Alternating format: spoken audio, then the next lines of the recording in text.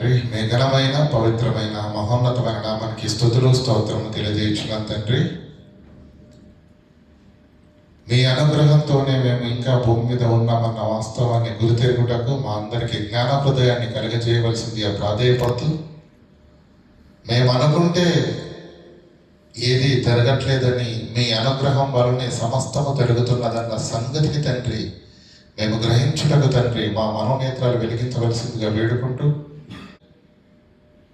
వినగలిగే చెవులను గ్రహించగలిగే మనస్సును మాకు ప్రసాదించవలసిందిగా వేడుకుంటూ, దీనుడనైన నన్ను జ్ఞాపకం చేసుకుని పరిశుద్ధాత్మ సహాయం చేత తండ్రి నన్ను బలపరిచి మీ పిల్లలందరి హృదయాలను నీ వైపు త్రిప్పగలుగుటకు కృపను అనుగ్రహించవలసిందిగా వేడుకుంటూ, యేసుక్రీస్తు ప్రభుల వారి అతి పరిశుద్ధ నామములో ఈ ప్రార్థన మనం అడిగి వేడుకుంటున్నాము పరమ తండ్రి, ఆమేన్. ప్రియులారా, మరి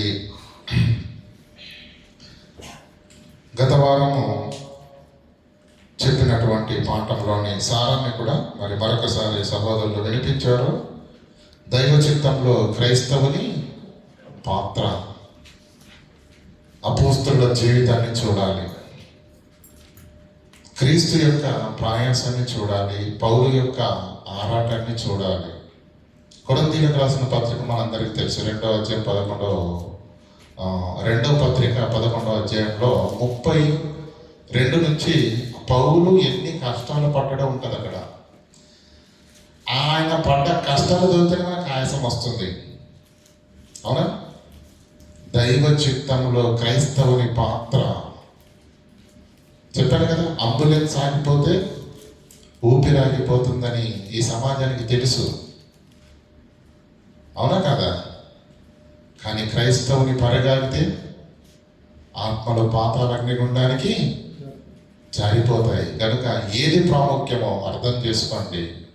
దేవుని వాక్యాన్ని లోతుగా వింటున్న దేవుని పిల్లలుగా విని విడిచిపెట్టేవారుగా కాకుండా దైవ చిత్తములో ఉన్న మన పాత్రను గుర్తించి మన కర్తవ్యాన్ని పూర్తి చేయాలని దేవుని యొక్క ఆవేదన గత వారం యొక్క పాఠం యొక్క సారాంశం మీ అందరికి అర్థమైందని నేను అనుకుంటున్నాను. మరి ఈరోజు కూడా పిల్లరా ఒక అద్భుతమైనటువంటి వాక్య సందేశాన్ని మనము ఆలోచన చేద్దాము. దయచేసి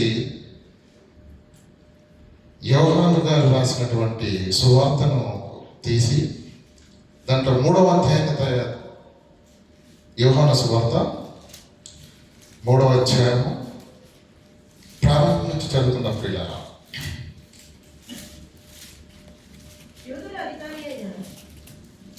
యూదుల అధికారి అయిన నికోదేము అను పరిసయ్యుడు ఒకడు ఉండెను. అతడు రాత్రియందు ఆయన యుద్ధకు వచ్చి, బోధకుడా, ప్రారంభ శతాబ్దంలో ఉన్న వాతావరణాన్ని మనం ఆలోచిస్తే ప్రియులారా, మత్తయి, మార్కు, లూకా, యోహాను సువార్త బాగా చదివిన వాళ్ళకి అర్థమవుతుంది నేను చెప్పే మాట. యేసుక్రీస్తు ఎక్కడికి బోధ చేయడానికి వెళ్ళినా 4 బృందాలు వచ్చేటివి. ఎన్ని? 1, యేసుక్రీస్తు ఏం చెబుతున్నాడో వినడానికి. నంబర్ 1, సూచక క్రియలు చూడాలన్న ఆశతోటి, అంతేనా? అద్భుతాలు సూచక్రియలు చూసేవాళ్ళు కొందరు, అది 2వ గుంపు. 3వ గుంపు ఏంటి? ఆ సూచక్రియలను అద్భుతాలను నేను చేయించుకోవాలి, అది నాకు జరగాలని వెంబడించే వాళ్ళు కూడా ఉన్నారు. ఇంకా 4వది ఉంది, యేసు మాటల్లో తప్పును వెతకాలని, ఆయన ఏం మాట్లాడినా దాన్ని కోడ్ చేయాలని, యేసుక్రీస్తు మాటలను పట్టుకొని ఎక్కడ దొరుకుతాడా మాటల్లో అని వెతికే వాళ్ళు కూడా యేసుక్రీస్తు చుట్టూ ఉన్నారు. వారిలో ప్రధానంగా ఉన్నవారు ఎవరు?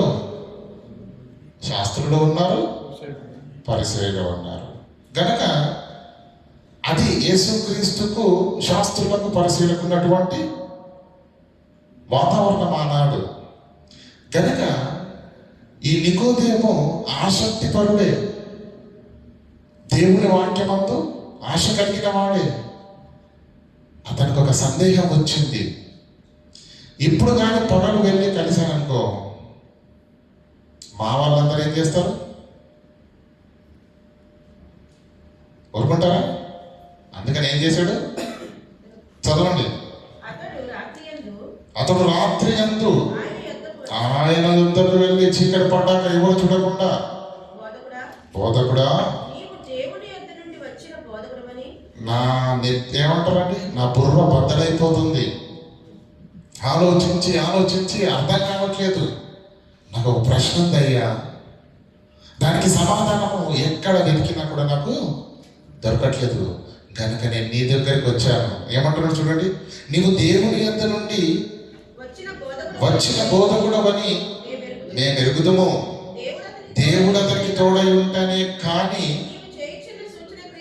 చూసారండి ఎంత గొప్పగా యేసుక్రీస్తును పరిశీలించాడు, ఎంత గొప్పగా యేసుక్రీస్తును అర్థం చేసుకున్నాడు. రాత్రికి రాత్రే పాస్టర్లు అయిపోతున్న సందర్భాలు క్రైస్తవ సమాజంలో మనకు బాగా తెలుసు.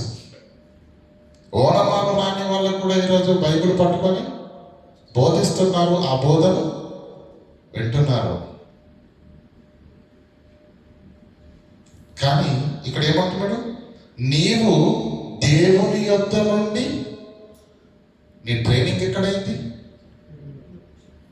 నువ్వు మాట్లాడుతున్న మాటలు వింటే యేసు ప్రభు నువ్వు సామాన్యమైన మనిషిగా లేవు, నువ్వు దేవుని యొద్ద నుంచే బయలుదేరి వచ్చావన్న సంగతి నాకు బాగా అర్థమైంది. నెంబర్ 1. నెంబర్ 2 ఏంటి? నువ్వు చేస్తున్న సూచక్రియలు ఉన్నవే, నువ్వు చేస్తున్న అద్భుతాలు ఉన్నవే, దేవుడు నీ వెనక ఉంటే తప్ప ఇలాంటివి ఎవరు అంటే నువ్వు దైవము చేత పంపబడిన వాడవు అని నాకు అర్థమైందయ్యా. అందుకే సమాధానం కోసము ఎక్కడికో వెళ్ళలా, నాకు అర్థమైంది సమాధానము నీ దగ్గరనే దొరుకుతుందని. అందుకే రాత్రి వేళ పరుగులు పెట్టుకుంటూ వచ్చానయ్యా అన్నాడు. చదవండి. అందుకు దేవుడు అతనికి తోడై ఉంటానే కానీ నువ్వు చేయుచున్న సూచక్రియలు ఎవడు చేయలేడని ఆయనతో చెప్పగా, అందుకు యేసు ప్రశ్న అడిగాడండి. నికోదేము ప్రశ్న అడిగాడా యేసుక్రీస్తును? చెప్పండి. ప్రశ్న అడగలేదు. అంతర్యామి ఎరిగిన యేసుక్రీస్తు అతని ప్రశ్న అతనిలోనే ఉంది, కానీ సమాధానం చెప్తున్నాడు. నికోదేము నువ్వు వచ్చింది నాకు అర్థమైందయ్యా అని ఏమంటున్నాడు చూడండి. అందుకు యేసు, ఒకడు క్రొత్తగా జన్మించితేనే కానీ అతడు దేవుని రాజ్యములో చూడలేడని నీతో నిశ్చయముగా.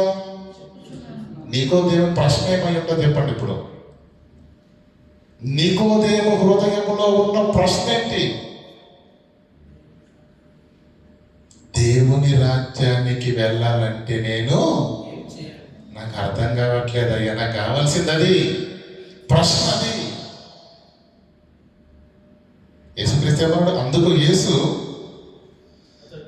అతనితో, ఒకడు క్రొత్తగా జన్మించితేనే కానీ అతడు దేవుని రాజ్యమును చూడలేడని మీతో నిశ్చయముగా చెప్పుచున్నాను. ప్రియులారా, ప్రయోగింపబడినటువంటి ఈ పదజాలంలో ఒకడు కొత్తగా జన్మించాలి అన్నాడు. ఏమన్నాడు? ఒకడు ఎందుకు కొత్తగా జన్మించాలి? క్రొత్తగా జన్మిస్తే తప్ప నువ్వు దేవుని రాజ్యాన్ని ప్రవేశింపలేవు. అంటే ఒకడు కొత్తగా జన్మించేది దేని కొరకు అన్నమాట? దేవుని రాజ్యము కొరకు. అతడు ఏం కావాలి? కొత్తగా జన్మించాలి. జన్మించని వాడు జన్మించలేదనుకోండి, జన్మించని వాడు దేవుని రాజ్యంలోకి వెళ్ళగలడా? వెళ్ళలేడు. భూమి మీద పుట్టని వాడు, జన్మించని వాడు దేవుని రాజ్యానికి వెళ్ళాలంటే అతడు భూమి మీద ముందు పుట్టాలి. ఆల్రెడీ పుట్టేశాడు కదా, నికోదేము పుట్టేశాడు కదా ఆల్రెడీ. పుట్టిన ఆయనను, జన్మించిన ఆయనను మరలా కొత్తగా జన్మించాలంటున్నాడు. అర్థమవుతుందా? కొత్తగా జన్మించాలనేసరికి నికోదేము ఏం ప్రశ్న వేశాడు? ప్రభువా, కనిపిస్తున్నాను కదా ఆకారంతో, నీ కళ్ళ ముందే ఉన్నాను కదా. నా తల్లి ముసలివాడు అంటే సుమారుగా 50-60 ఏళ్ళు ఉండొచ్చు అండి, అంతేనా? నా తల్లి నన్ను 60 ఏళ్ల క్రితమే కన్నది. నేను జన్మించి 60 ఏళ్ళు అవుతుంది ప్రభువా. అప్పుడు ఏమంటున్నాడు యేసుక్రీస్తు తెలుసా? నువ్వు జన్మించిన జన్మ గురించి కాదయ్యా నేను మాట్లాడేది, కొత్తగా జన్మించాలి.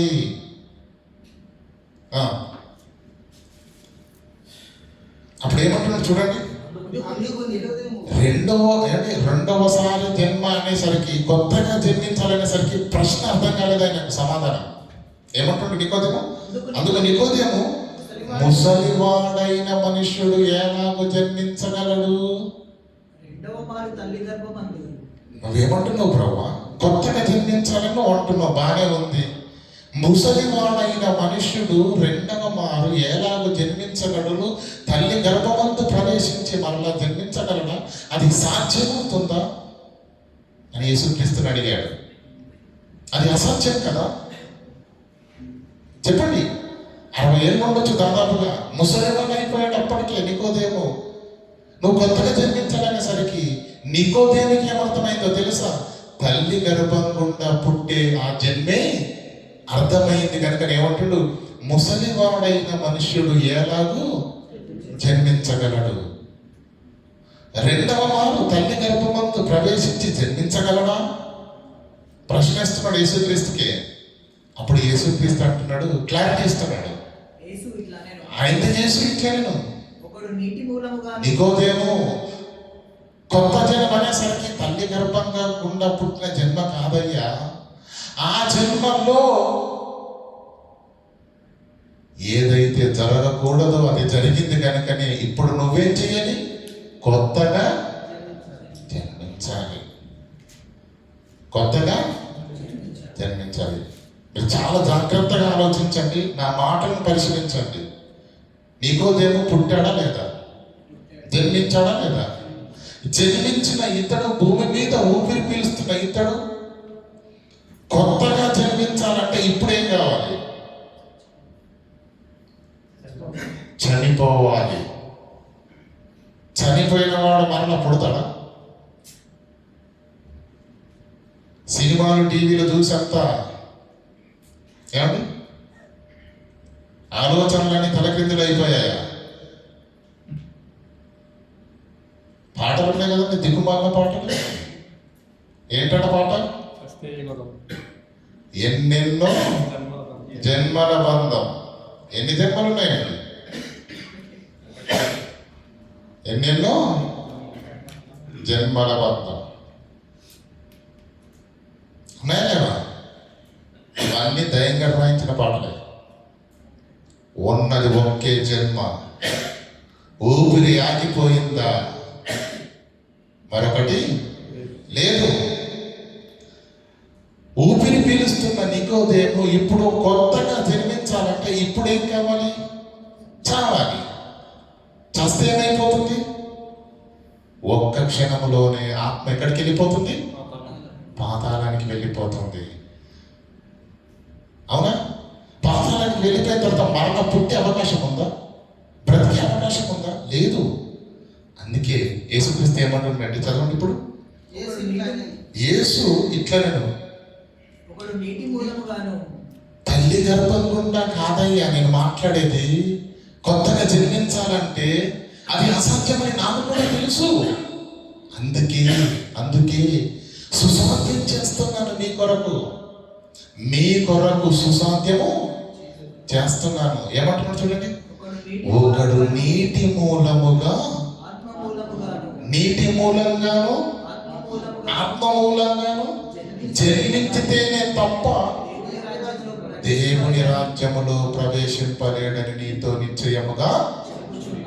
తల్లి గర్భము గుండా భూమి మీద పుట్టి బ్రతికిన 60 ఏళ్లకు పైబడిన వయసు కలిగిన నికోదేముతో కొత్తగా జన్మించాలని యేసుక్రీస్తు అన్న మాటలో ఉన్న అంతర్యం ఏంటో తెలుసా? ఒకడు నీటి మూలంగాను ఆత్మ మూలంగాను జన్మించితేనే తప్ప దేవుని రాజ్యములో ప్రవేశింపలేడు. ఇక్కడ 2 ప్రశ్నలు ఉన్నవి. మీకు సూటిగా ప్రశ్నిస్తాను, మీరు సమాధానం చెప్పండి. నెంబర్ 1, ఒకడు కొత్తగా ఎందుకు జన్మించాలి? అర్థమవుతుందా? ఒకడు కొత్తగా ఎందుకు జన్మించాలి? దేవుని రాజ్యము కొరకు అన్న మాట ఉంది కదా. ఒకడు దేవుని రాజ్యంలో చూడాలంటే కొత్తగా, అసలు దేవుని రాజ్యానికి వెళ్ళవలసిన అవసరత నాకేంటి? ఒకటేంటి, కొత్తగా ఎందుకు జన్మించాలి? దేవుని రాజ్యము కొరకు దేవుని రాజ్యానికి వెళ్ళవలసిన అవసరత నాకు ఏంటి? ఈ 2 ప్రశ్నలు మీకు అర్థమైపోతే ప్రియులారా, ఈ 2 ప్రశ్నలకు సమాధానము బాప్తిస్మం అంటే ఏంటో మీకు చాలా క్లియర్గా అర్థమవుతుంది. చాలా జాగ్రత్తగా వినండి. ఇంటి దగ్గర ప్రియులారా, మన ఇంట్లో జరిగే శుభకార్యాలు కావచ్చు, పెళ్ళిళ్ళు కావచ్చు, ఆ శుభకార్యానికి కావలసినటువంటి పాత్రలు, వస్తు సామాగ్రి అంతా మన ఇంట్లోనే ఉంటుందండి. ఉంటుందా? ఖచ్చితంగా ఉండదు. అప్పుడు ఏం చేస్తాం? పొరుగింటి వారిని, పక్కింటి వారిని అరుగు తెచ్చుకుంటాం. అవునా కదా? అర్థమవుతుందని నేను మాట్లాడేది. ఇది చాలా తగ్గట్టు టెంట్ హౌస్ అనేది ఒకటి ఉంటుంది. అవునా? అక్కడికి వెళ్ళి ఏం తీసుకొచ్చుకుంటాం? అక్కడికి వెళ్ళి కావాల్సినవన్నీ తీసుకొచ్చుకుంటాం. ఇటు ఇరుగు వారు ఇచ్చిన, పొరుగు వారు ఇచ్చిన, టెంట్ హౌస్ వాళ్ళు ఇచ్చిన, నువ్వు 10 అడిగితే 10 ఇచ్చేస్తాడు. 20 అడగండి, నేను ఇవ్వను 20 అంటాడా? ఖచ్చితంగా ఇస్తాడు 20. నువ్వు 20 అడిగినా, 30 అడిగినా, 50 అడిగినా, 100 అడిగినా ఏం చేస్తాడు? ఇస్తాడు. కానీ ఏం చేస్తాడు తెలుసా? పేపర్ మీద రాసుకొని ఇస్తాడు. తిరిగి నువ్వేం చేయలేదని అతనికి అప్పగించాలి. ఎలా అప్పగించాలి? తన యొద్ద నుంచి నువ్వు తీసుకున్నప్పుడు ఆ వస్తువులు ఏ కండిషన్లో ఉన్నావో తిరిగి నువ్వు అప్పగించే సమయానికి కూడా అది అదే కండిషన్లో ఉండాలి. అవునా కదా? తీసుకున్నప్పుడు బాగానే ఉంది. ఏమండి, చేర్చి తీసుకుంటారు కదండి. తీసుకునేటప్పుడు బాగానే ఉంది, కానీ ఇచ్చేటప్పుడు ఏమండి 4 కాళ్ళు ఉంటాయి కదండి. ఒక కాలు ఇరిగిపోయింది అనుకోండి, 10 కుర్చీలకు తీసుకుంటాడా? నేను నీకు ఇచ్చినప్పుడు ఎలా ఉందో ఆ వస్తువును వాడుకున్న తర్వాత తిరిగి నువ్వు నాకు అప్పగించే సమయానికి కూడా అలాగే ఉండాలి. అలా ఉంటేనే తీసుకుంటాడు. అవునా కాదా? కొత్తగా ఎందుకు పుట్టాలి మనిషి? దానికి సమాధానం నీకు అర్థం కావడానికి నేను చెప్పిన ఎగ్జాంపుల్. కొత్తగా ఎందుకు పుట్టాలి? నికోదేము ఎందుకు పుట్టాలి? శాస్త్రులు ఎందుకు పుట్టాలి? పరిసయ్యులు ఎందుకు పుట్టాలి? ఇశ్రాయేలు ఎందుకు పుట్టాలి? భూమి మీద పుట్టిన మనుషులందరూ కొత్తగా ఎందుకు పుట్టవలసిన అవసరం ఏర్పడింది? కొత్తగా ఎందుకు పుట్టవలసిన అవసరం ఏర్పడింది? ఏదో జరిగింది. అవునా? ఏం జరిగింది? ఎందుకు మనిషి కొత్తగా పుట్టవలసిన అవసరం వచ్చిందో తెలుసా? ప్రసంగి గ్రంథం తీయండి దయచేసి. ప్రసంగి గ్రంథము 7వ అధ్యాయం 29వ వచనం చదువుకుందాం ప్రియులారా.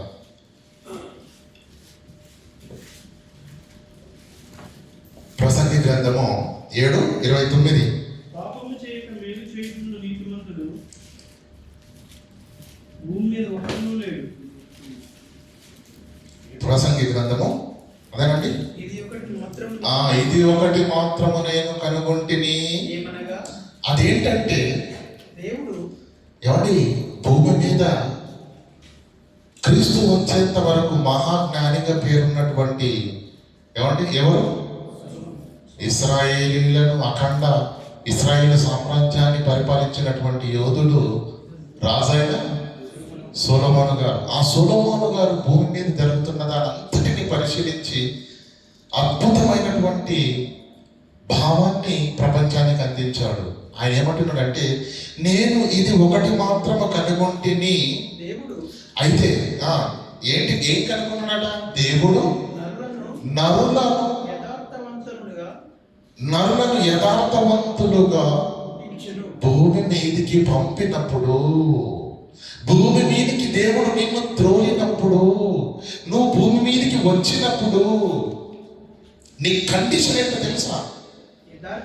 యథార్థవంతులుగా, నీతిమంతులుగా, పవిత్రులుగా, పరిశుద్ధులుగా దేవుడు ఎలా పంపాడు? మనల్ని పంపేటప్పుడు యథార్థవంతులుగా పంపించాడు, పరిశుద్ధులుగా పంపించాడు, పరిశుద్ధులుగా పంపించాడు, నిష్కల్మషులుగా పంపించాడు. దేవుడు పంపినప్పుడు ఎలా ఉన్నావు నువ్వు? ప్రపంచంలో ఉన్న ప్రతి మనిషి, ఒక నికోదేమే కాదు, ఒక ఇశ్రాయేలే కాదు, ఒక శాస్త్రుడు కాదు, పరిసయ్యుడు కాదు, ప్రపంచంలో తల్లి గర్భాన పుట్టిన ప్రతి మనుష్యుడు ఎలా ఉన్నాడు పుట్టినప్పుడు?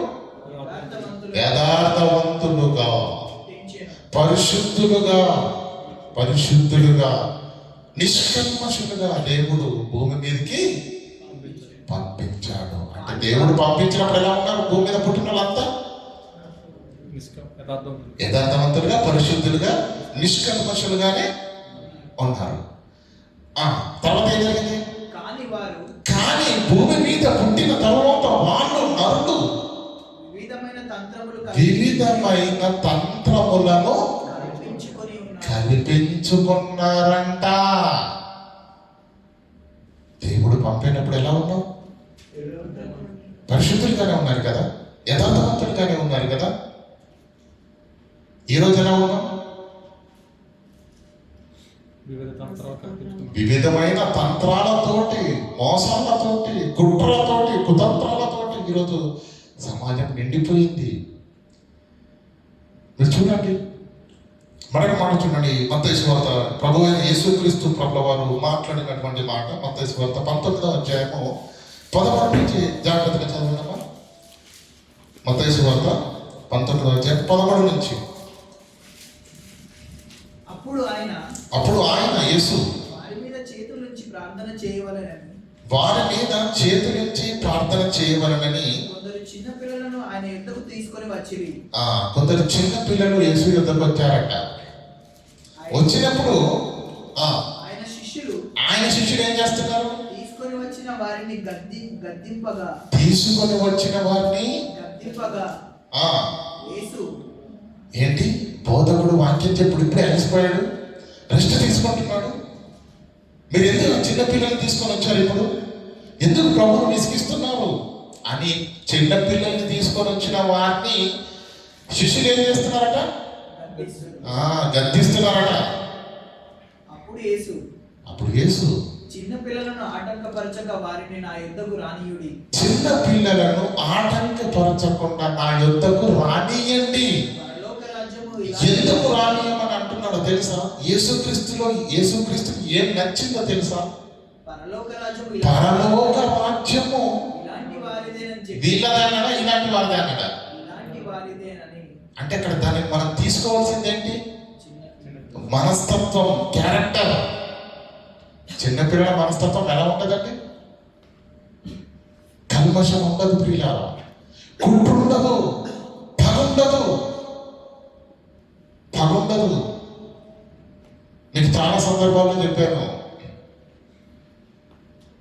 ఈగోలకు పోయి జీవితాలు నాశనం చేసుకుంటారే తప్ప ప్రజలు అర్థం చేసుకునే మనసుంటే ప్రియులారా ఏ గొడవ రాదు. ఒకప్పుడు జరిగిన యథార్థ సంఘటన, చిన్న పిల్లల దగ్గర స్టార్ట్ అయింది గొడవ. అది కాస్త తండ్రుల తలడు పనులు కట్టుకొని ముగిసి, ఈ తండ్రి ఆసుపత్రిలో ఉన్నాడు, ఈ బాబు తండ్రి కూడా ఆసుపత్రిలో ఉన్నారు. గొడవ స్టార్ట్ అయింది ఎప్పుడు? ఎక్కడ? చిన్నపిల్లల ద్వారా. ఇతడు ఆసుపత్రిలో వారం రోజులు ఉండొచ్చాడు, అతడు ఆసుపత్రిలో వెళ్ళి వారం రోజులు ఉండొచ్చాడు. కానీ ఈ గొడవకు కారణమైన వాళ్ళు, గొడవ పెట్టింది వాళ్ళే. 2 గంటల తర్వాత మళ్ళీ కలిసి వాడుకుంటున్నది ఇద్దరు పిల్లలే. హ్యాపీగా కలిసిపోయారు. వాళ్ళ లోపల పగుండదు ప్రియులారా. ఏదైనా సరే కొట్టుకుంటారు, కాసేపు కాగానే మళ్ళీ కలిసిపోతారు కదా. కుట్రలు, కుతంత్రాలు, పగలు, ద్వేషాలు, ఈగోలు ఉంటాయంట. నిష్కల్మషంగా ఉంటారు ప్రియులారా, నిష్కల్మషంగా ఉంటారు. యేసుక్రీస్తు ఏమంటున్నాడు? చిన్న పిల్లలు నా యుద్ధకు రాకుండా ఆటంక పరచకండి. ఎందుకో తెలుసా? పరలోక రాజ్యం ఇలాంటి దేవుని రాజ్యములోనికి వెళ్ళాలంటే మనిషి యొక్క మనస్తత్వం, క్యారెక్టర్ ఎలా ఉండాలో తెలుసా? ఇలాంటి వారితే అన్నాడు. వాళ్ళని చూపిస్తున్నాడు. ప్రసంగి ఏమన్నాడు? దేవుడు నరులను యథార్థవంతులుగా, పరిశుద్ధులుగా భూమి మీద పుట్టించాడు.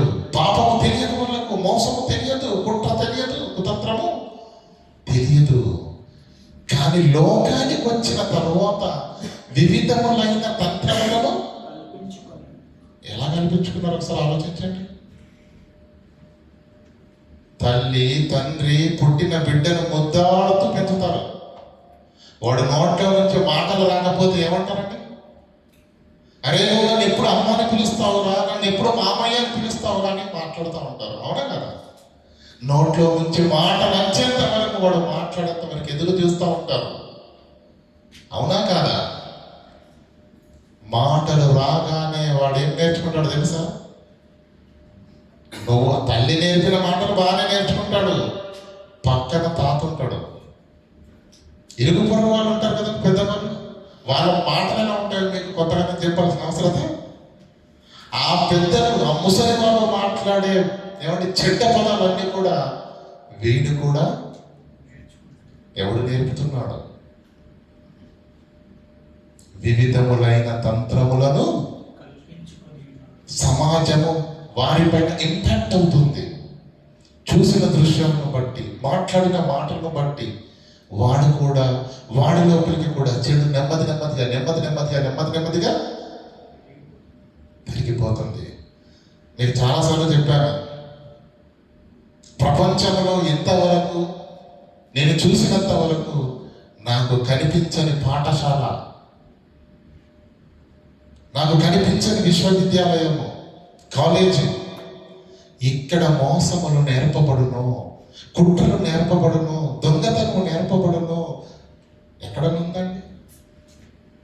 ఉందా? స్కూళ్ళు ఉన్నాయి, జ్ఞానము నేర్పే స్కూళ్ళు ఉన్నాయి కదా. చదివేంత మందికి అబ్బిందండి? చెప్పండి. 100 మంది స్కూల్కి వెళ్తే 100 మందికి చదువు వచ్చేస్తుందండి. జ్ఞానం, చదువు మంచి పెట్టించి దిద్దించి నేర్పించినా కూడా మనుషుల్లోకి ఇంకడం లేదు. ప్రతి వాణిలో దుర్మార్గపు లక్షణాలు, మోసపు లక్షణాలు, కుట్ర, కుతంత్రము, ఇవన్నీ పిల్లల చెడు లక్షణాలన్నీ కూడా ప్రతి మనిషిలో కనిపించావా? ఎవడు నేర్పాడు? ఎక్కడ నేర్చుకున్నాడు? అవన్నీ వారు వివిధములైన తంత్రములను కల్పించుకుని ఉన్నారు. ఎలా కల్పించుకున్నారో తెలుసా? ఎంతగా కల్పించుకున్నారో తెలుసా? వారిని వారే నిత్య జీవానికి అపాత్రులుగా చేసేసుకున్నారు. ఇక మన పరిస్థితి ఏంటో తెలుసా? ఎంతకాలం భూమి మీద బ్రతికినా భూమి మీద మాత్రమే వాళ్ళు బ్రతుకుతారు. ఎప్పుడు కన్ను మూసినా, 2 ఏళ్లకు కన్ను మూసినా, 5 ఏళ్లకు కన్ను మూసినా, 10 ఏళ్లకు కన్ను మూసినా, 100 సంవత్సరాల భూమి మీద బ్రతికినా చచ్చిపోగానే ఖచ్చితంగా పాతాళానికి వెళ్ళేంత పాపం మూట కట్టుకున్నారు. పాతాళానికి వెళ్ళేంత పాపాన్ని మూట కట్టుకున్నారు. కనుక ఇప్పుడు అలాంటి వ్యక్తి వాక్యాన్ని విన్నాడు. కరోనా వచ్చినప్పుడు ఏ మార్కెట్ దగ్గర కానీ, ఏ షాపింగ్ మాల్లో కానీ మనకు బోర్డు కనిపించేది. ఏ బోర్డు కనిపించిందండి? మాస్క్ లేనిదో లోపలికి, మాస్క్ ధరించనిచో లోపలికి ప్రవేశము లేదు. పరలోకంలో కూడా ఒక బోర్డు ఉందండి, పాపులకు ప్రవేశము లేదు. కానీ ఇక్కడ పాపం ఉండకపోయాడు మనిషి భూమి మీద. అప్పుడు దేవుడు అడుగుతున్నాడు, ప్రభువా భూమి మీదకి వచ్చాను, నువ్వు పంపినప్పుడు పరిశుద్ధిగానే ఉన్నానయ్యా, యథార్థవంతునిగానే నువ్వు భూమి మీద నాకు నా జన్మను అనుగ్రహించవు తండ్రి. కానీ భూమి మీద పుట్టిన నేను నా చుట్టూ ఉన్న సమాజాన్ని చూసి ఆ చెడు నాలోనికి వచ్చేసింది. నేను దాన్ని నాలోనికి ఆహ్వానించేశాను. మొత్తానికి నేను చెడిపోయాను, నా యథార్థతను కోల్పోయాను, నా పరిశుద్ధతను కోల్పోయాను. ఇప్పుడు నేను ఒక పాపాత్ముడిగా భూమి మీద ఉన్నాను. ఇప్పుడు నా పరిస్థితి ఏంటయ్యా తండ్రి? పరలోకంలో నువ్వు బోర్డు పెట్టావంట, మాస్టర్ గారు చెప్పారు. ఏమని? పాపులకు ప్రవేశము లేదు. చస్తేనేమో నరకానికి వెళ్ళిపోతాను నేను. బ్రతికినంత కాలం భూమి మీద బ్రతుకుతాను, ఓకేనా? చనిపోయిన తర్వాత పాతాళానికి వెళ్ళిపోతాను. నేను పాపం చేశాను కనుక మరి ఈ పాపాన్ని నాపై నుంచి నేను తొలగించుకునే మార్గం ఏదైనా ఉందా ప్రభు? అది నా వల్ల అవుతుందా? భూమి మీద ఏ మనుషుడు కూడా తను చేసిన పాపాలను తను కడుక్కునే పరిస్థితిలో లేడు. నంబర్ 1, భూమి మీద చనిపోగానే ఒకవేళ ఈ పాపం ఇలాగే ఉందనుకోండి, మరణిస్తే ఏమవుతుంది? ఖచ్చితంగా మనిషి పాతాళానికి వెళ్ళిపోతాడు. పోనీ ఈ పాపాన్ని ఇలాగే ఉంచి మరణిస్తే పరలోకం వెళ్ళే ఛాన్స్ ఏదైనా ఉందంటే అక్కడ బోర్డు పెట్టారు, పాపులకు ప్రవేశము లేదు. అంటే నేను ఎంతకాలం భూమి మీద బ్రతికినా చత్తి పాతాళానికి గుండానికి వెళ్ళిపోవడమే తప్ప మరొక మార్గము లేదా ప్రభు అంటే అప్పుడు ప్రపంచానికి దేవుడు అనుగ్రహించినటువంటి మహావరం, చిట్ట చివరి మహావరం, ప్రపంచానికి దేవుడు అనుగ్రహించిన మహావరం. ప్రపంచమంతా పాపంలో బందీ అయిపోయింది. ప్రపంచమంతా పాపంలో మూట కట్టుకొని ఉంది. ఏ మనుష్యుడు కూడా చనిపోయిన తరువాత నిత్యలోకానికి వెళ్ళేటువంటి బ్రతుకును కలిగి భూమి మీద లేడు. రోమపత్రిక 3:23.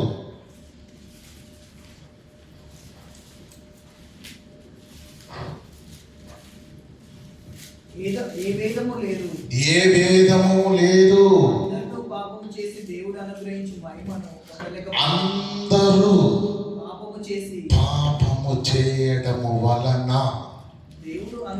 దేవుడు ప్రపంచానికి అనుగ్రహిస్తున్నటువంటి మహిమను అదే అనిచ్చలోకం, పరలోకం పొందలేకపోకుండా వారిని వారే దానికి అపాత్రులుగా దేని వలన?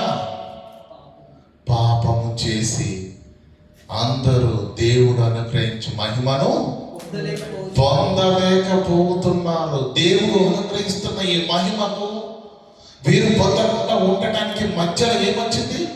పాపం అనేది వచ్చింది. ఇప్పుడు నేను ఏం చేయాలి ప్రభువా? సగ జీవితం అయిపోయిన ఒక మనిషి యొక్క ఆవేదన మీరు అర్థం చేసుకోండి. ఇలా సగ జీవితం అయిపోయింది. దేవుడు పరిశుద్ధుడిగానే నన్ను భూమి మీద పుట్టించాడు.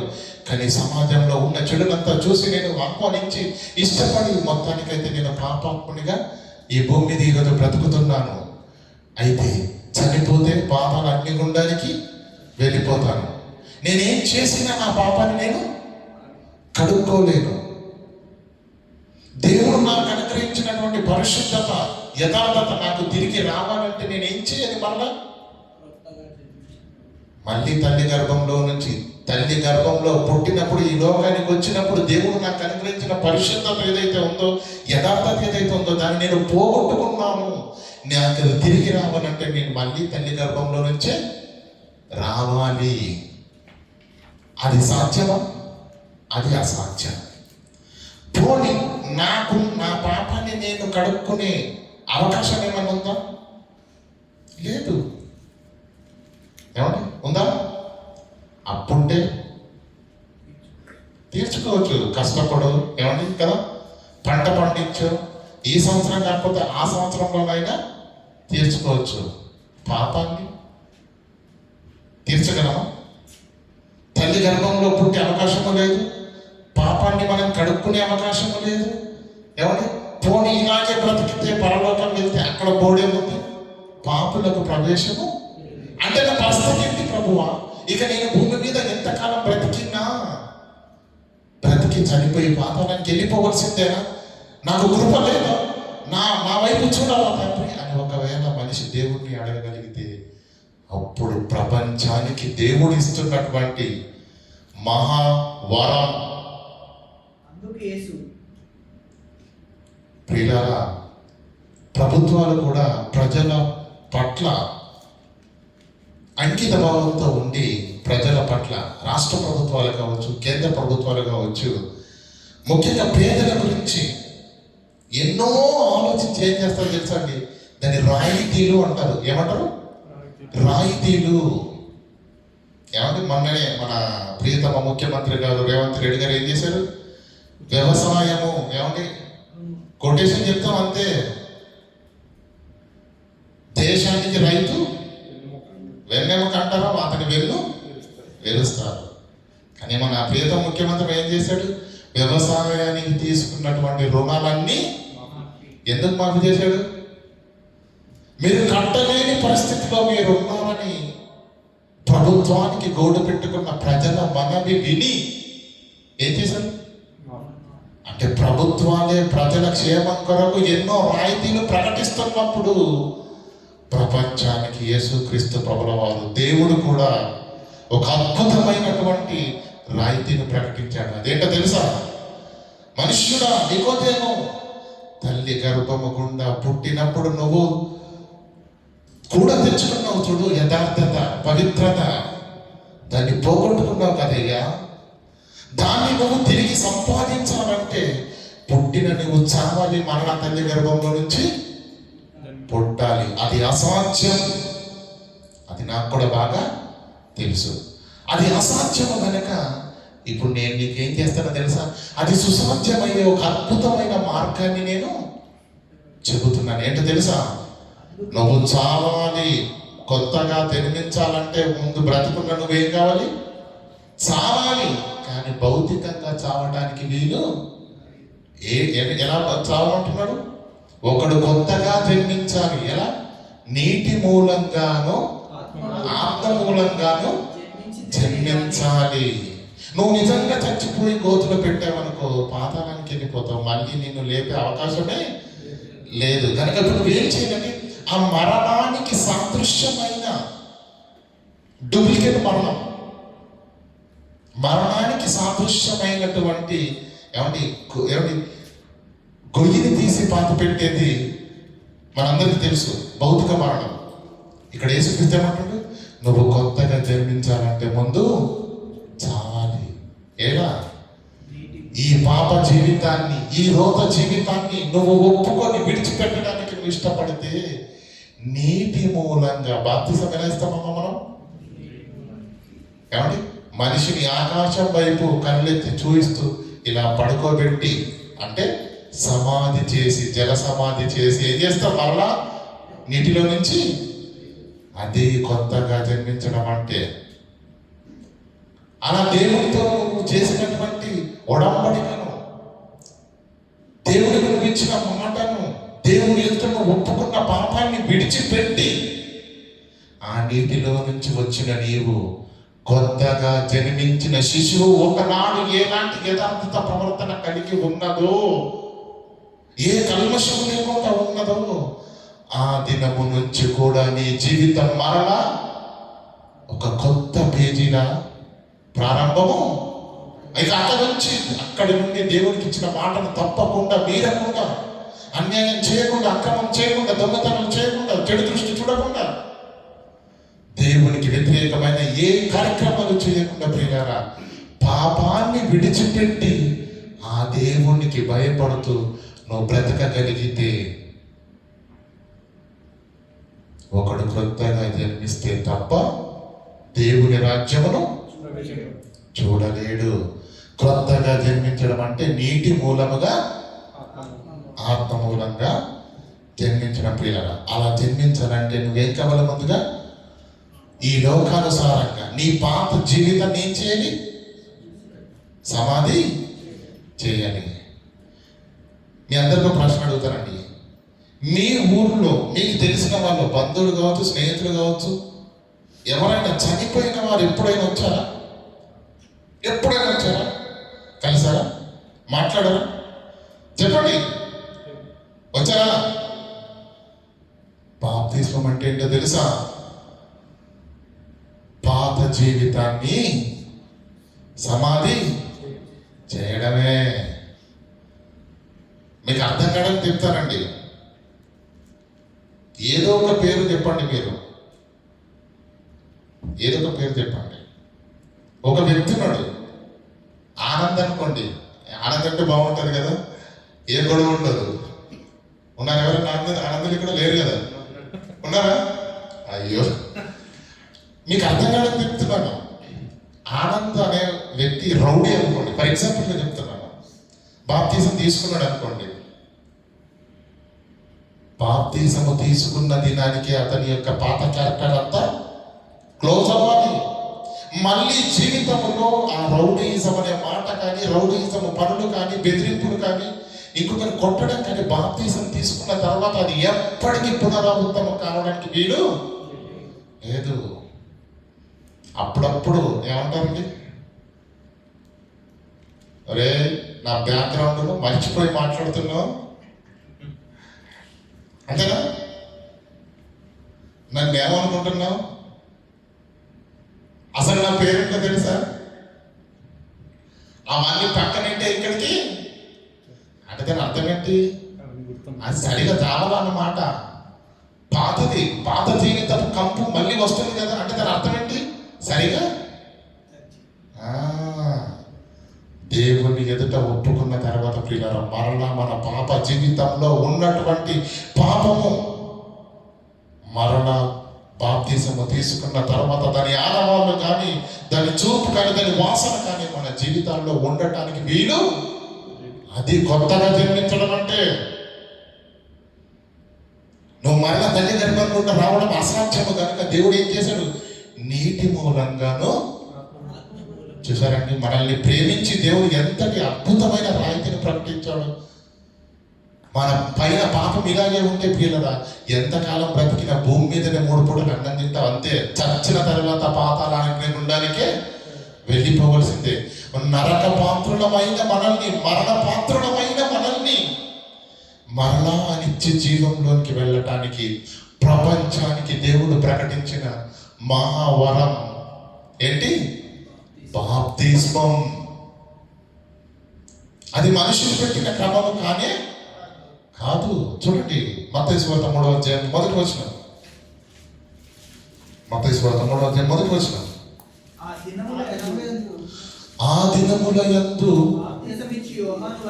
యేసు కంటే ముందు తన దూతగా ఈ లోకానికి పంపబడినటువంటి మహాయోధుడు, రోషము కలిగినటువంటి ప్రవక్త, ఏం పేరంట అతని?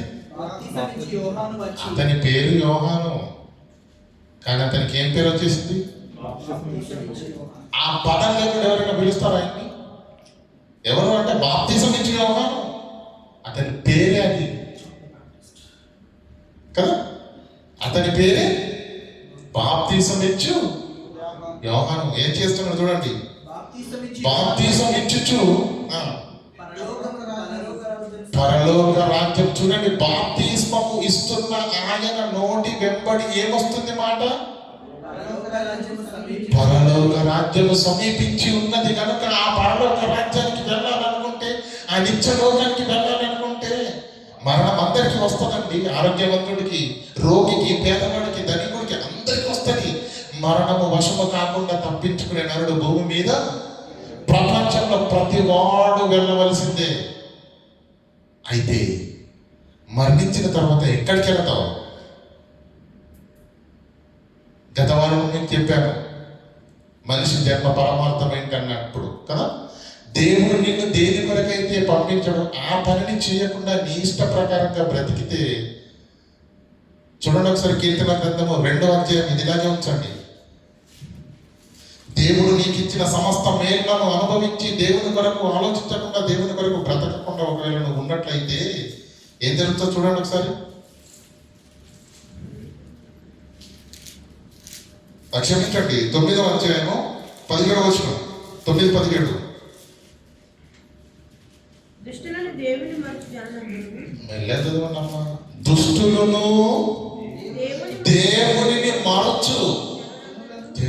దేవుని వలన బ్రతుకుతున్న నీవు, ఆకారాన్నిచ్చింది తల్లి గర్భంలో దేవుడు, ఊపిరినిచ్చింది దేవుడు, ఆయుష్నిచ్చింది దేవుడు, ఆరోగ్యాన్నిచ్చింది దేవుడు, నీకు పిల్లలనిచ్చింది దేవుడు, నీకు పంటలను ఇస్తున్నది దేవుడు, నీకు వర్షాన్ని ఇస్తున్నది దేవుడు. భూమి మీద సకల విధములైన సదుపాయాలు దేవుడు నీకు అనుగ్రహిస్తున్నప్పుడు వాటన్నింటిని అనుభవించి దేవుని కొరకు బ్రతకకుండా ఒకవేళ స్వార్థపరుడుగా బ్రతుకుతే నిన్ను ఏమంటున్నాడు?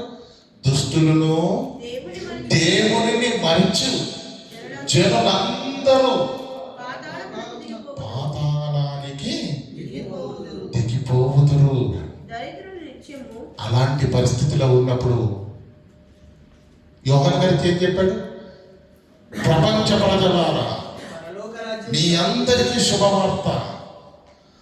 తల్లి గర్భం నుండి పరిశుద్ధులుగా నిర్దోషులుగా పుట్టిన మీరు పాపాన్ని అంటించుకొని ఆ నిత్య లోకానికి వెళ్ళకుండా మిమ్మల్ని మీరే అపాత్రులుగా చేసుకున్నామని గుండెలు బాదుకుంటున్నారు కదా. చనిపోతే పాతాళాగ్ని గుండానికి వెళ్ళిపోయే పరిస్థితి నాకు వచ్చిందని గుండెలు బాదుకుంటున్నారు కదా. దేవుడు ప్రపంచానికి అనుగ్రహించినటువంటి మహావరం బాప్తిస్మం అనే మహా కార్యక్రమాన్ని మీ యొద్దకు తీసుకొచ్చాను. అంటే ఎలాగయ్యా? ఎలా? నీటి మూలంగా, ఆత్మ మూలంగా మీరు జన్మించితే ఆ నీటిలో సమాధి చేయబడి మరలా కొత్తగా పుట్టిన శిశువుల వలె తల్లి గర్భంలో నుంచి బయటకు వచ్చిన ఆ శిశువు వలె నువ్వు నీటి గర్భంలో నుంచి బయటకు వస్తే ఆ దినము నుంచి నువ్వు పరిశుద్ధుడిగా, పాపము చేయకుండా, దేవుడికి ఇచ్చిన మాట ప్రకారంగా లోబడి పవిత్రుడిగా బ్రతికితే చాలు. నీ గత పాపాలన్నింటినీ క్షమించడానికి యేసుక్రీస్తు మహాప్రభు శిలువ పైన తన రక్తాన్ని కార్చాడు. ఆ రక్తమే నీకు సర్వ పాపాల నుంచి నేను విముక్తినిగా చేస్తుంది. కానీ ఆ రక్తము వలన పవిత్రతను తిరిగి సంపాదించుకుంటున్న నీవు దేవునికి ఇచ్చిన మాట ప్రకారంగా బాప్తిసము తీసుకున్న నాటి నుంచి నీ ఊపిరి ఆగిపోయేంత వరకు మరలా పాపము చెయ్యకూడదు. ఈ కండిషన్కి నీకు ఓకైతే నిత్య లోకానికి వెళ్ళే అవకాశం మీ అందరికీ ఉంది అని అప్పుడు ఏం ప్రకటిస్తున్నాడు చూడండి. పరలోక రాజ్యము సమీపించి ఉన్నది. బాప్తిసం ఇచ్చుచు పరలోక రాజ్యము సమీపించి ఉన్నది, మారు మనస్సు పొందండి. అది మీ మనస్సులు మారాలి, మీ బ్రతుకులు మారాలి, మీ ఆలోచనలు మారాలి, మీ గుంటలు మారాలి, మీ కృతత్వాలు మారాలి. మొత్తానికి ఎలాగ అయిపోవాలో తెలుసా? కొత్తగా జన్మించిన శిశువులాంటి మనస్తత్వంలోకి వెళ్ళిపోవాలి. అవునా కదా? కొత్తగా జన్మించిన శిశువు లాంటి మనస్తత్వంలోనికి దయ, కనికరము, ప్రేమ, నిస్వార్థం, నీకు కలిగిన దాంట్లో కొంచెమైనా పక్కబడికి పెట్టే దాతృత్వము, ప్రతి దానిని అలవర్చుకొని. చిన్నపిల్లలు ఎలా ఉంటారండి? అమ్మేదన్నా చేసింది అనుకోండి తినేది, పక్కన బయట ఎవడుంటాడు? దోస్తుంటాడు. ఏం చేస్తాడు? వీడు నెక్కలలో దాని ఏమిటి కారిపోయినా ఏమిటి తీసుకొని లడ్డే అనుకోండి ఫర్ ఎగ్జాంపుల్గా, రెండు చేతులు పట్టుకుంటే మమ్మీ కొడుతుంది అని ఏం చేస్తాడు తెలుసా? తెలివిగా నెక్కల్లో పెట్టుకొని తీసుకొని వెళ్తాడు.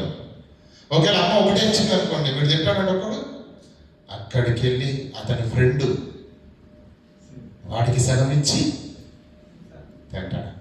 అదే పెద్ద అయిపోయిన తర్వాత తింటా అలా ఉంటాడు అనుకుంటున్నావా? ఆడే తినేస్తాడు ముందు. స్వార్థం, బాల్యంలో లేని స్వార్థము మనిషి పెరుగుతున్న కొద్ది మనిషిలో స్వార్థం అనేది పెరుగుతుంది. ప్రియులారా, దుర్మార్గత పెరుగుతుంది. అది సమాజాన్ని చూసి సమాజం పైన ఉన్నటువంటి ప్రభావం అంతా తన పైన పడుతూ నెమ్మదిగా మనిషి కూడా చెడిపోతున్నాడు. ప్రియులారా, అయితే బాప్తిసము వలన దేవుని యొక్క మాటకు, ప్రియులారా, దేవుని యొక్క మాటకు విలువనిచ్చి ఆ బాప్తిసము తీసుకొని దేవునిస్తున్న ఈ సువర్ణ అవకాశాన్ని వినియోగించుకునే ఆలోచన ప్రపంచ ప్రజలకు లేదు. దేవుడు చిట్ట చివరి అవకాశాన్ని ఇచ్చాడు, కానీ ప్రజలకు దీని విలువ తెలియడం లేదు. బాప్తిసం ఎందుకు తీసుకోవాలండి? మళ్ళా చదవండి మాట 3:1. పరలోక రాజ్యము పైన మాట, ఆ దినములలో బాప్తిసం ఇచ్చే యోహాను పరలోక రాజ్యము సమీపించి ఉన్నది కనుక మారు మనసు మీరేం చెయ్యాలి? మారు మనసు. పొందండి. పరలోక రాజ్యానికి వెళ్ళాలంటే మారు మనసు కావాలి. మారు మనసు పొందిన నీవు అందులోకి ప్రవేశించాలంటే నీకు బాప్తిస్మము. పరలోకం కొరకు బాప్తిసం తీసుకున్న వారు ఎవరైనా ఉన్నారండి? నాకు పరలోకం కావాలని జనవరి 1 మునిగిన వాళ్ళు ఉన్నారా? ఈస్టర్ రోజు తీసుకుంటారు, మంచిదే. సందర్భానుసారంగా తీసుకుంటే మంచిదే. వాక్యాన్ని ఎరిగి తీసుకోండి. ఉన్నతమైన నిర్ణయాన్ని తీసుకున్న తర్వాత బాప్తిసం తీసుకోండి. పరలోకం కొరకు బాప్తిసం తీసుకోండి. వాస్తవాన్ని ఎరిగి బాప్తిసం తీసుకోండి. ఏమి తెలియకుండా బాప్తిసం తీసుకుంటున్నారు, మరలా లోకంలో కలిసిపోయి ఏమండి అందరిలాగా తినడంలోను త్రాగడంలోను బ్రతకడంలోను ఏ విధమైన తేడా లేకుండా ప్రియుల లోకంతో సహజీవనము చేస్తున్నారు. అది కాదు ప్రియులారా బాప్తిసం అంటే. దేవుడు కోరుకున్నది అది కాదు.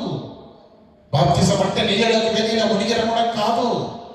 పంచభూతాల సాక్షిగా సంఘము ఎదుట సంఘ కాపరులతో ప్రియులారా దేవునికి నువ్వు ఇస్తున్న మాట, తండ్రి పాపము చేశాను ఇంతవరకు, ఆ పాపాన్ని క్షమించి నేను పోగొట్టుకున్న యథార్థతను పవిత్రతను నువ్వు నాకు తిరిగి ఇస్తే ఇక నుంచి మరలా నువ్వు అనుగ్రహించిన మొదటి పరిశుద్ధతను పోగొట్టుకొని ఎంత తప్పు చేశాను ఇప్పుడు నాకు అర్థమైంది. ఇప్పుడు నువ్వు మరలా పరిశుద్ధతను అనుగ్రహిస్తే ఇప్పుడు నువ్వు అనుగ్రహించిన ఈ పరిశుద్ధతను పోగొట్టుకోకుండా అపోస్తలుల బోధ యందును సంఘ సావాసమందును ప్రార్థన జీవితమందును ఎడతెగక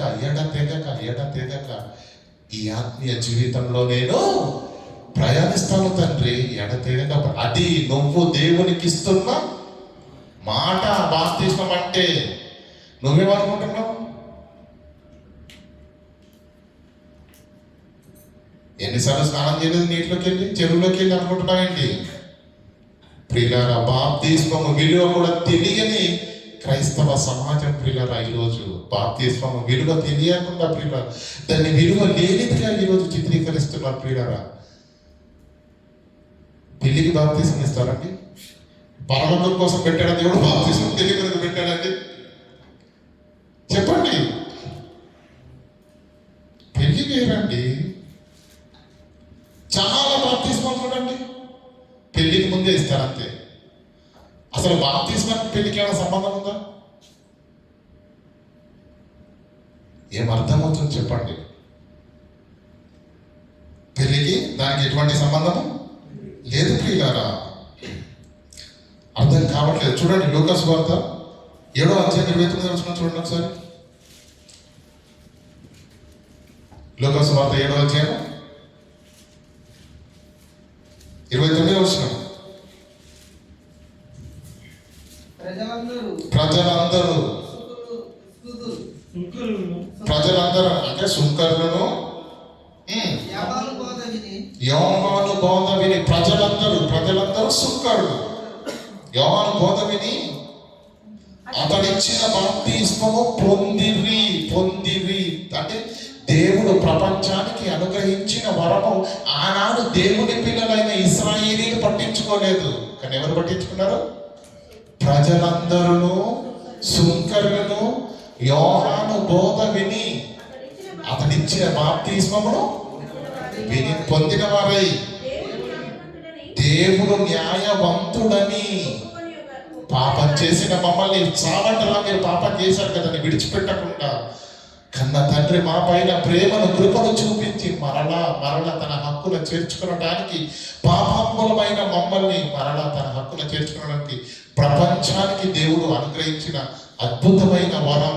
దేవుడు న్యాయవంతుడు అని ఒప్పుకొనిరి. చదవండి మాటనమ్మా. యోహాను బోధ విని అతడిచ్చిన బాప్తిస్మం పొందిన వారై దేవుడు న్యాయవంతుడు అని ఒప్పుకొనిరి. కానీ పరిసయ్యులు ధర్మశాస్త్రాన్ని ఉపదేశించే ఒకనాటి దేవుని ప్రజలు ఇశ్రాయేలీల బోధకులు అతని చేత బాప్తిస్మము ఎవరెవరు పొందలేదటండి? పరిసయ్యులను అంటే యూదులేనా? ఆ, పరిసయ్యులను శాస్త్రోపదేశకులను పరిసయ్యులు శాస్త్రులు వీళ్ళిద్దరు ఎవరు అనుకుంటున్నారు? యూదులే. శాస్త్రులైనా పరిసయ్యులైన ఇద్దరు యూదులే. యేసుక్రీస్తు పునరుత్థానం ఉందని నమ్మేవాళ్ళు ఒక గ్రూపు, దాన్ని నమ్మని వారు ఇంకో గ్రూపు. మొత్తానికి అందరూ యూదులే. ఏమంటారు చూడండి, పరిసయ్యులు ధర్మశాస్త్రాన్ని ఉపదేశించే దేవుని గ్రంథాన్ని చేతిలో పట్టుకొని యాజకత్వం చేసే ధర్మశాస్త్రోపదేశకులు అతని చేత బాప్తిస్మము పొందలేదా? ఏహాను ఎలా వచ్చాడు? అతను దేవుని దూత కాదా? దేవుని పంపిన వాడు కాదా? దేవుని దూత పంపబడిన వాడని సంగతి తెలిసి కూడా ఆయనను నిరాకరించారా? చదవండి. తమ విషయమైన దేవుని సంకల్పమును నిరాకరించిరి. శాస్త్రులను ధర్మశాస్త్రోపదేశకులను అతని చేత బాప్తిసము పొందగా ఆ బాప్తిసం పొందని వాడు యోహాను లెక్క చేయలేదు అనుకుంటున్నారు వాళ్ళు. శాస్త్రులు పరిచయాలు యోహాను పట్టించుకోలేదు. యోహాను ఏ పాటి వాడు? తినడానికి తిండి కూడా లేదు. ఒంటె చర్మంలో ఏమంటే కట్టుకొని, అంతే కదా, ఒంటి చర్మాలను కట్టుకొని ఒక దోష దుర్మార్గ ప్రియులారా అడవి మిడతలను తేనెను తింటూ బ్రతికే ఏమంటే చూడటానికి అసహ్యకరంగా ఉండే అతని మాటనే మేము వినేది. మేము శాస్త్రులము ధర్మశాస్త్రోపదేశకులం అని అనుకున్నారు. అతని మాట వినలేదు. కానీ ఇక్కడ ఏం రాయబడింది? బాప్తిస్మం పొందక తమ విషయమైన దేవుని సంకల్పాన్ని, అంటే బాప్తిస్మం అనేది ఏంటన్నమాట? ప్రపంచానికి దేవుడు అనుగ్రహించిన మహావరము బాప్తిస్మము. బాప్తిస్మం అనేది మనుషులు పెట్టిన క్రమము కాదు. అది దేవుని సంకల్ప ప్రకారంగా పాపములో మగ్గిపోతున్న ప్రతి మనిషిని తన వైపుకు త్రిప్పడానికి దేవుడే ప్రవేశపెట్టినటువంటి రాయితీ, దేవుని యొక్క సంకల్పం. ఈ యొక్క బాప్తిస్మం ప్రియులారా అంత గొప్పదైన దేవుడు తీసుకున్న నిర్ణయం ప్రియులారా. బాప్తిస్మం అనేది అది దేవుని యొక్క నిర్ణయం, అది దేవుని యొక్క సంకల్పం. మనుషులు పెట్టిన క్రమము అది ఎంత గొప్పది, అది ఎంత పవిత్రమైనది. ప్రపంచానికి దేవుడు అనుగ్రహించిన ఈ మహావరాన్ని కూడా దుర్వినియోగం చేస్తున్నారు. పట్టించుకోవట్లేదు. అర్థం కాక పట్టించుకోవట్లేదు. కనుక నికోదేము అడిగిన ప్రశ్న ఏంటి?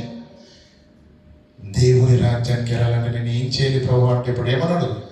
నువ్వు పాపములో ఉండిపోయావు గనక, దేవుని అనుగ్రహించిన పరిశుద్ధతను యథార్థతను కోల్పోయావు గనక, అది నువ్వు తిరిగి పొందాలంటే నికోదేము నువ్వు కొత్తగా జన్మించాలి. నువ్వు కొత్తగా జన్మించితేనే కానీ దేవుని రాజ్యములో ప్రవేశం. ప్రభువా తల్లి గర్భమున ఎలా జన్మించగలవు? అది కాదయ్యా కొత్త జన్మ గురించి నేను చెప్పేది. ఏంటి ప్రభువా? నీటి మూలంగా ఆత్మ మూలంగా జన్మించితేనే కానీ పరలోక రాజ్యము, అంటే పరలోక రాజ్యానికి ప్రవేశించడానికి మూయబడిన తలుపులు కూడా దేవుడు ప్రేమతోటి నిన్ను క్షమించి నువ్వు చెయ్యలేని స్థితిలోనికి వెళ్ళిపోయావు, అయినా నీకు రాయితీని ప్రకటించాడు. ఏమంటే ఈ వెసులుబాటు ప్రపంచంలో ఎవరైనా దయచేయగలరా? ఎవరైనా సంపాదించుకోగలరా? నో. ఎంత డబ్బు పెట్టినా మనం పైన పాప భారాన్ని మనము కడుక్కోలేము. పోగొట్టుకున్న పరిశుద్ధత తిరిగి రావాలంటే మరలా తల్లి గర్భం గుండా పుట్టలేము. పాపముతో మరణిస్తే పరలోకము. ఎన్ని సంకటముల మధ్య నక్కిపోతున్న మనిషికి ఆదరణ కలిగించే ప్రపంచానికి దేవుడు అనుగ్రహించిన మహావరము బాప్తిస్మం అనే కృప. అది అర్థం చేసుకోవట్లేదు. తీసుకున్న వాళ్ళు దాన్ని దుర్వినియోగం చేస్తున్నారు. ఇక తెలియని వాళ్ళ సంగతి తర్వాత ఆలోచిద్దాం ప్రియులారా. అది అందరికీ మనకు సంబంధించినటువంటి, ఎందుకంటే వాక్యాన్ని వింటున్నాము, దేవుని సంకల్పాన్ని తెలుసుకుంటున్నాం కనుక తెలియని వాళ్ళు దూరంగా ఉన్నారు.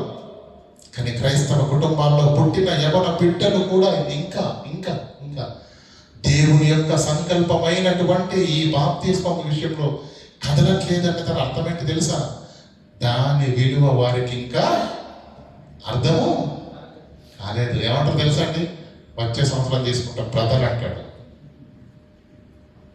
రేపేమి జరుగునో మీకేమి, మీరింతలో కనిపించి అంతలో మాయమైపోయే ఆవిరి వంటి వారు. జీవితం ఎప్పుడు ముగిసిపోతుందో తెలియదు ప్రియులారా. పాపము మన పైన ఉంటుండగా మనం మరణిస్తే ఖచ్చితంగా పాతాళానికి చేరిపోతాం. బైబిల్ చదవట్లేదా? క్రీస్తు బోధన వినట్లేదా? చెరసాలలో మగ్గిపోతున్నటువంటి సౌలు పౌలుగా మారిన తర్వాత రాత్రి ఆగడియలోనే ఎందుకు బాప్తిసం ఇచ్చాడు? మరణం ఎప్పుడు వస్తుందో, జైలు అధికారికి ఎప్పుడు ఇచ్చాడంటే బాప్తిసము?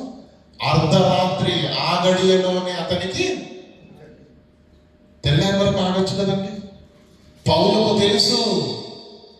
వాక్యాన్ని విన్న తర్వాత జైలాధికారి ఒకవేళ రేపు ఇస్తానయ్యా నీకు బాప్తిసం అని అన్నాడు అనుకోండి, ఫర్ ఎగ్జాంపుల్ చెప్తున్నాను, 5 గంటలకి గుండెపోటు వచ్చిపోయాడు అనుకోండి, ఎవరు? జైలాధికారి. ఎక్కడికి వెళ్తాడు? పాతాళంకి వెళ్తాడా, పరలోకం వెళ్తాడా? ఎందుకు? పాపములు ఇంకా క్షమింపబడలేవు కనుక ఎక్కడికి వెళ్తాడు? పాతాళంకి వెళ్ళిపోతాడు. ఆ ఆంతర్యాన్ని ఎరిగిన అపోస్తలుడైన పౌలు అర్ధరాత్రి ఆ గడియలోనే అతనికి బాప్తిస్మము ఇచ్చాడు. కానీ అంతటి అమూల్యమైనది ఏమంటే ఆలస్యం చేయకూడనిది దేవుడు అనుగ్రహించిన మహావరం ఎంతమందికి అర్థమైంది చెప్పండి? ఈరోజు దేవుని ఆవేదన ఏమర్థమైంది, దేవుని సంకల్పం ఏమర్థమైంది, బాప్తిసం విలువేమర్థమైంది, తెలియని తీసుకున్న వాళ్ళకి ఏమర్థమైంది, తీసుకున్న వాళ్ళకి ఏమర్థమవుతుంది? మరలా అదే పాపము, మరలా అదే రోత జీవితాన్ని కలిగి ఉండట్లేదా ఈరోజు క్రైస్తవులు? క్రీస్తు శిలువ త్యాగం నిర్వీర్యం కాకూడదు ప్రియులారా. ఆయన త్యాగము మనందరినీ పరలోకం చేర్చటానికి, భూమి మీద మనుషులకున్న ఈ పాపాన్ని ప్రపంచంలో తీసేది ఏ డబ్బు కానీ, ధనము కానీ, ఐశ్వర్యం కానీ లేదు. పాపము తీయబడాలి అంటే పరిశుద్ధుని రక్తమే కావాలి. ఆ రక్తాన్ని నిన్ను పవిత్రునిగా చెయ్యటానికి, నిన్ను పరలోకం చేర్చుకోవటానికి నిన్ను పవిత్రునిగా చేశాడు. నిన్ను పవిత్రునిగా చేయటానికి దేవుడు భూమి మీదకి దిగి వచ్చి నరుడిగా మారి తన రక్తాన్ని చిందించి మనందరికీ పవిత్రతను దయచేశాడు. కనుక శిలువ త్యాగాన్ని వ్యర్థం చేయకండి, దేవుని సంకల్పాన్ని వ్యర్థం చేయకండి. తీసుకుని వారు దాన్ని విలువలేనిదిగా ఎంచద్దు. దయచేసి ఆలోచించండి. ఈరోజు ఊపిరి ఆడుతుంది అంటే పిల్లరా, మనం అనుకుంటే అది మీకు గోడ గడిగా తెలుసు కదండి. అప్పుడప్పుడు అది ఏమైతే ఆగిపోద్ది. ఎందుకు ఆగిపోయిందండి? ఏమండి? మరి ఈ కూడా గడియారం ఎందుకు నడుస్తుంది? ఏ బ్యాటరీ వేసారు? ఆ బ్యాటరీ నువ్వేసింది కాదు. నరుని హృదయం ఏమండి? నరుని ఆత్మ యెహోవా పెట్టిన దీపం. రిమోట్ అక్కడ ఉంది. దేవునికి భయపడతాం, దేవుని వాక్యానికి భయపడతాం. ఏమంటే దేవుని ఎదుట మన పాపాన్ని ఒప్పుకొని దేవుని కృపయందు బ్రతికే బ్రతుకు అద్భుతంగా ఆశీర్వాదకరంగా ఉంటుంది ప్రియులారా. వినేది వింటూ, చేసేది చేస్తూ అతిక్రమములను దాచిపెట్టువాడు వర్ధిల్లాడు. ఎవడు వర్ధిల్లుతాడు? మరి దాన్ని ఒప్పుకోవాలి, దాన్ని విడిచిపెట్టాలి. అప్పుడు ఏం జరుగుతుంది? దేవుని కృపను పొందుకుంటారు. కనుక ప్రియులారా, అర్థం చేసుకోండి. బాప్తిస్మం, క్రొత్త జన్మ, అది ఎంత ప్రాముఖ్యమైనదో అర్థం చేసుకోండి. ఎవరు ఎలా ఉంటారో, ఎవరికి ఏం జరుగుతుందో మనకు తెలియదు ప్రియులారా. రక్షణలో లేకుండా మన జీవితాలకు అంత సేఫ్టీ కాదు. ఎవడు చెప్పాడో ఏమో కానీ అందరూ ఎల్ఐసీలు కట్టేస్తున్నారండి. ఎందుకు? ఏమన్నాడు తెలుసా? ఎల్ఐసీ ఏం చెప్పొచ్చి, మీరు చనిపోయిన తర్వాత సార్ మీ కుటుంబానికి, మీ ఫ్యామిలీకి 50 లక్షలు వస్తారన్నాడు. కట్టేశారు లేదా? నిజంగా చేతులు చెప్పండి, ఎంతమంది కట్టారు? ఎల్ఐసి పాలసీ ఎంతమంది కట్టారు? చెప్పండి చెప్పండి. బ్రదర్ మీరు కట్టలేదా? మరి చేతులు ఇవ్వట్లేదండి. అందరు కట్టారు. దేని కొరకు? లైఫ్ ఇన్సూరెన్స్ కొరకు. జీవితానికి భద్రత లేదు భూమి మీద. మీరు నిజంగా జీవితంకు భద్రత కోరుకున్న వారైతే మీరు కట్టాల్సింది ఎల్ఐసీ. కానీ life insurance corporation of India గురించి కాదు నేను చెప్పట్లేదు. మీరు కట్టాల్సిన ఎల్ఐసీ ఏంటో తెలుసా? Life in Christ. నీ జీవితాన్ని క్రీస్తుగా కట్టుకో. ఆ జీవితానికి భద్రత దేవుడు ఇస్తాడు ప్రియులారా. ఈ ఎల్ఐసీని కట్టుకున్నావు కానీ ఆ ఎల్ఐసీని పక్కన పెడితే జీవితానికి అంత మంచిది కాదు. ప్రార్థన చేసుకుందాం. కృపా కనికరం గల దేవ, కరుణ సంపూర్ణమైన మా కన్న తండ్రి, మీ పిల్లలుగా తండ్రి మరొకసారి మా హృదయాలను తట్టి